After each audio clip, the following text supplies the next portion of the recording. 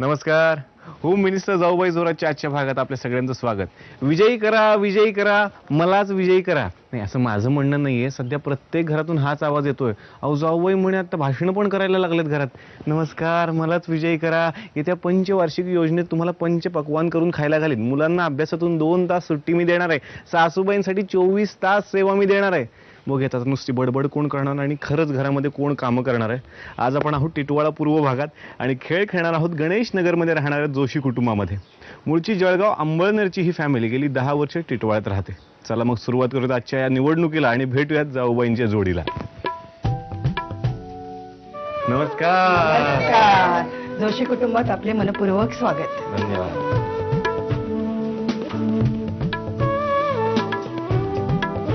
Thank you. Joshi कुटुंबात सगळ्यांचं स्वागत आहे. थोरले जाऊबाई कोण? मी तुम्ही ओळख करून द्या. निलिमा जोशी. हे माझे पती शिरीष जोशी, माझी मुलगी सानिका जोशी आणि ह्या माझ्या सासूबाई शालिनी जोशी. धाकट्या जाऊबाई तुम्ही ओळख करून द्या. मी अर्चना जोशी. हे माझे मिस्टर शेखर जोशी. हा माझा मुलगा आतिश जोशी. ही माझी आई सविता जावकर आणि ही माझी मुलगी अपूर्वा जोशी. कुटुंबाची ओळख झाली आणि आता सासूबाई करणार सुनांचं कडक परीक्षण. सासूबाई श्रीमती शालिनी जोशी आणि त्यांच्या दोनही सुना आता आपल्यासोबत आहेत. नमस्कार. एक सुनबाई आहेत राजकारणात, एक सुनबाई आहेत यांच्या मुख्याध्यापिका आणि त्यांचं परीक्षण आता तुम्हाला करायचंय. थोडंसं अवघड आहे पण करायला पाहिजे बरं का. मला तर स्वभावाची ओळख करून द्या. थोरल्यांचा कसा आहे स्वभाव? आहे, चांगला आहे, मनमिळावू आहे. अच्छा. फक्त थोडी तापट स्वभावाची आहे. बरं. तिला जास्ती शिस्तशीर आहे, भयंकर अगदी. तिला जरा तरी आवडत नाही. स्वच्छतेच्या बाबतीत एकदम पर्टिक्युलर आहे. बरं. यांचा स्वभाव कसा आहे? तिचा पण चांगला आहे अगदी. बरं. खूप मनमिळावू आहे, चांगली आहे अगदी स्वभावाने. आणि शिस्तीच्या बाबतीत कशा आहेत मग? तिच्या बाबतीत आहे, ती पण कडक आहे. आता तिचे क्लासेस चालतायत, विद्यार्थ्यांना ज्ञान देते ती चांगलं. अच्छा. त्यामुळे मग ती पण शिस्तशीर आहे खूप अगदी. अच्छा. आणि आता मस्त परीक्षण करा. 5 प्रश्न तुम्हाला विचारणार आणि निवड का केली याचं कारण पण द्यायचं. पहिला प्रश्न आहे, तुमच्या बोलण्याचा पटकन राग कोणत्या सुनबाईंना येतो? माझ्या मोठ्या सुनेलाच येतो. काय होतं? कारण असं नाहीये, तसं नाहीये, उगाच वादिवाद नको म्हणून मी तिला म्हणते नको, जाऊ दे, बरं तू म्हणशील ते खरं करूया आपण. त्या म्हणतील तेच खरं असतं. तेच खरं. असं होतं का धाकट्या सुनबाई? असं होतं कारण आई थोड्याशा घाबरतात त्यांना. घाबरतात का? घाबरतात तुम्हाला? असं काही नाही, घाबरत वगैरे नाही. आता मी आणि आई आम्ही कायम बरोबर असतो. लग्नानंतर वर्षभरातच हे लगेच वेगळे झाले.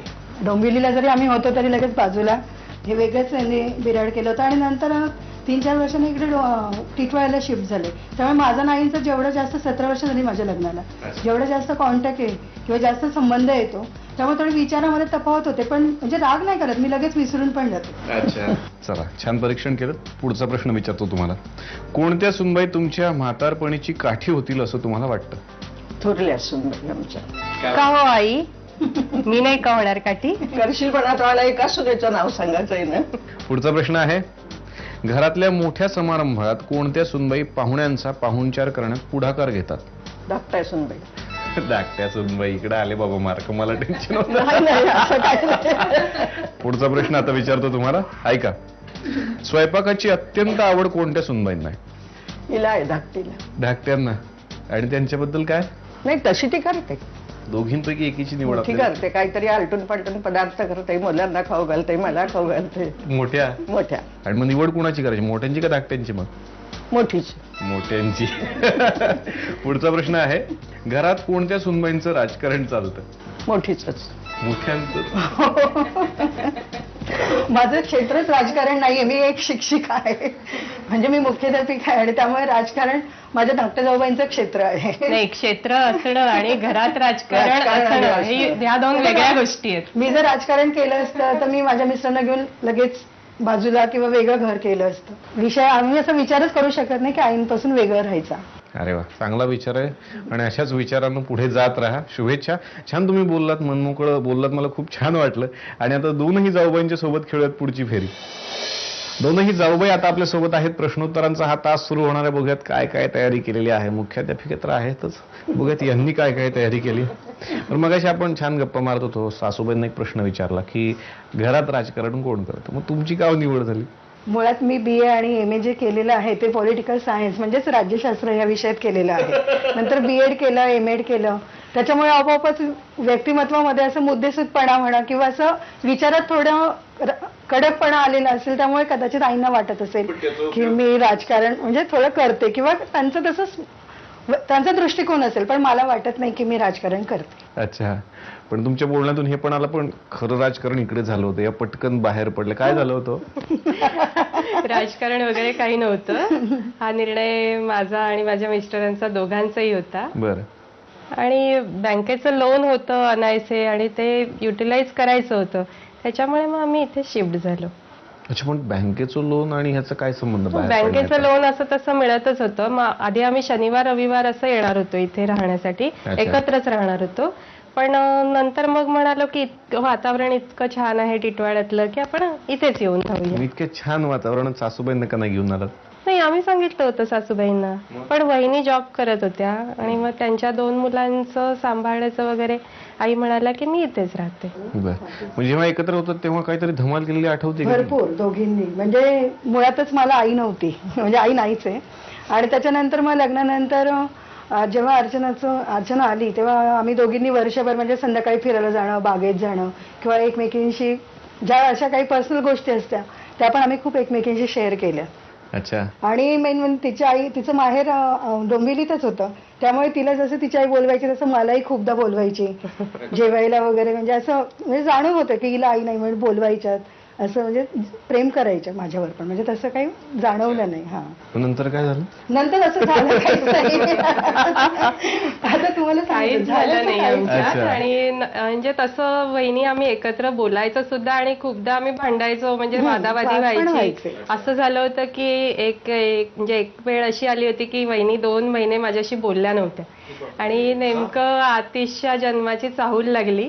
आणि ही गोष्ट जेव्हा वहिनींना कळली तेव्हा त्यांना इतकी कडकडून मिठी मारली, मला इतका आनंद झाला. म्हणजे दोघी पण त्यांना खूप एकमेकींना. आनंद आणि झाला. सगळं तेव्हापासून विसरलो.